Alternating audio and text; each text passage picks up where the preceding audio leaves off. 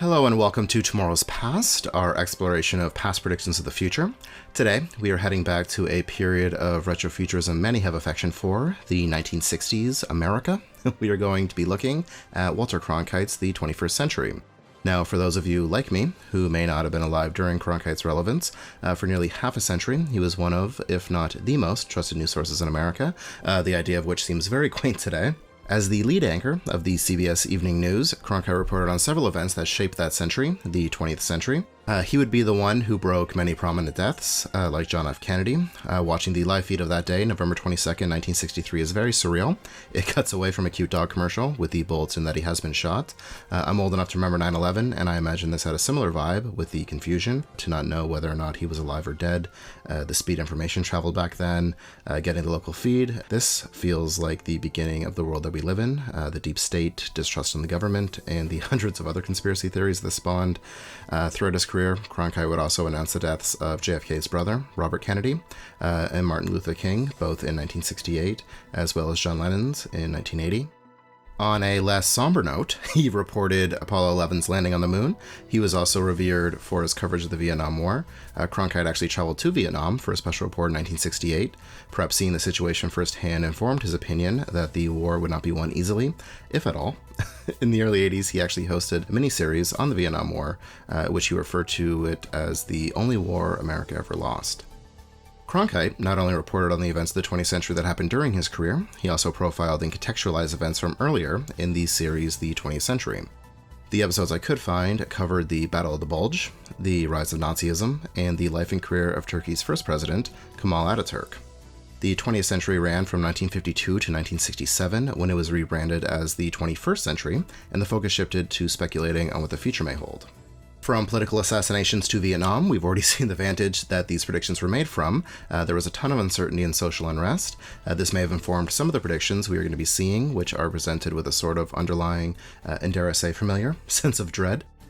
Now, I could only track down 6 episodes, and most of the approaches to the future are more level-headed than some of the other, more fantastic examples we've seen, though we are going to wrap it up with some fun stuff, so stay tuned.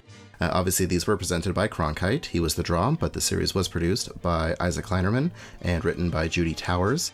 It looked at the 21st century, specifically the year 2001.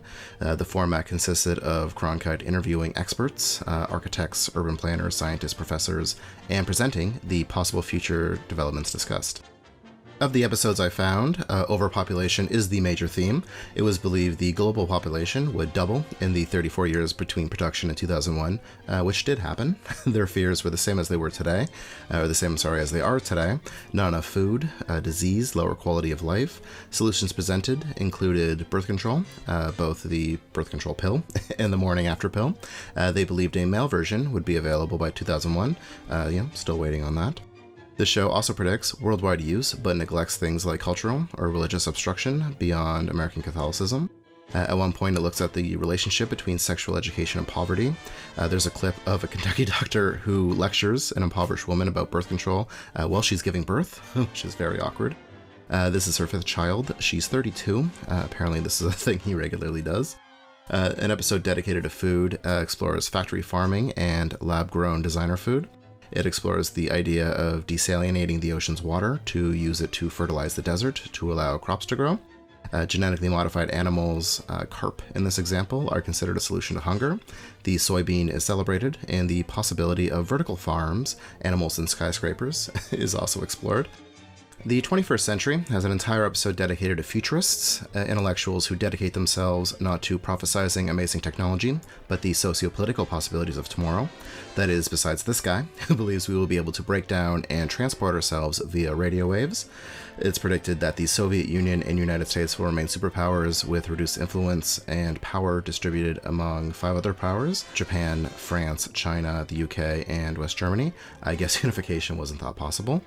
Sci-fi author Isaac Asimov explores how technology has shrunk the world, and that in the future the main problem will not be traveling to other lands, but overcoming the learned prejudices we have about the people that inhabit them. It ends poignantly with the idea that those in the 1960s were living without considering the future and the finite resources available to them. The episode concerning the cities of tomorrow focuses on smaller developing American cities. One of these is Irving, California, near Los Angeles. This series projected it would be home to 3 million residents in 30 years, so 1999. For reference, in 2019, its population was estimated at 287,000. The city of the future would be manufactured, made up of several interconnected villages like Columbia, Maryland. They would be designed or planned rather than grown organically. Everything you need would be right there for you. It's worth mentioning that this is one of the few references to racism. Things are still very much fucked up in America, but this man chose to live in Columbia because the developers explicitly said African Americans were welcome in the marketing material. In what is probably the most speculative episode, Cronkite looks at what the house of 2001 will look like. It was predicted that residents would move beyond single-family dwellings into apartment complexes. They profile Habitat 67 at the Montreal World's Fair. We talked about this on Patreon last year. It was an experimental housing concept that sought to combine urban and country dwelling. I visited it. People actually live there, which is wild. In its predictions, furniture may be made of paper. It may also be possible to carry an inflatable chair to other people's homes, and upon entering those homes, you could step into an electromagnetic chamber that removes dirt. The living room would include a 3D television and sound system, as well as disposable chairs. It was believed that all Americans would have a 30-hour work week and months of vacation. This time would be spent at home, and this console would control the climate to ensure you were comfortable. It quite accurately predicts many will work from home. The home office of the future contains a computer that beams news into your home, or stocks. You can even print off a copy if you'd like. It will also have a video calling console and another that connects you to the rest of your house. The computer, still in its infancy, is predicted to be incorporated into every aspect of the home, which again, came true. It would be used to educate kids, and the wife will use it for chores and cooking, promoting and predicting the gender norms of the time will remain, the woman in the kitchen. Also in the kitchen, the microwave oven will make it so that complex meals can be made in minutes, and dehydrated food can be stored for years. Plates would be plastic, and instead of cleaning them, they just get melted and recycled and remade the next time you need them. Dining out will also be automated, with staffless vending machines making you hamburgers or getting you coffee. Robots will assist us around the house. Hearing them talk about what robots would be is very interesting. Today we have things like Alexa, Siri, and Google Home, which help us in all sorts of ways, but these would be physical robots. Whenever presented with the question of functionality, we are essentially told, don't worry about it. The program ends with a look at then modern futuristic homes, including John Lautner's Chemisphere, which I love. I'm sure you've seen it. It's been parodied several places, including The Simpsons. I love the presentation of this series, even if it has aged the worse when compared to the predictions. There are these great jazzy montages, the pacing and quality of interviews. It's all superb. Even with all the fantastic tech on the horizon, Cronkite focuses on the human element, which I feel like is being lost more and more each day of our timeline. The 21st Century was cancelled in 1970, and Walter Cronkite would retire from the CBS Evening News in 1981, though he made appearances and presented special reports until his death in 2009. So, how well did the 21st century predict the 21st century? Beyond what we've already addressed, pretty well actually. It's infuriating seeing what we've known for at least 50 years and still so little was done to prevent it. These experts were confident the issues could be dealt with, and many other predictions proved correct, and yet, here we are. The 21st century attempted to educate viewers and present them with solutions, all of which were more optimistic than what we ended up with. Our 2001 looked very different. No one could have predicted 9/11, or the rise of social media and the surveillance state, or maybe they just didn't want to.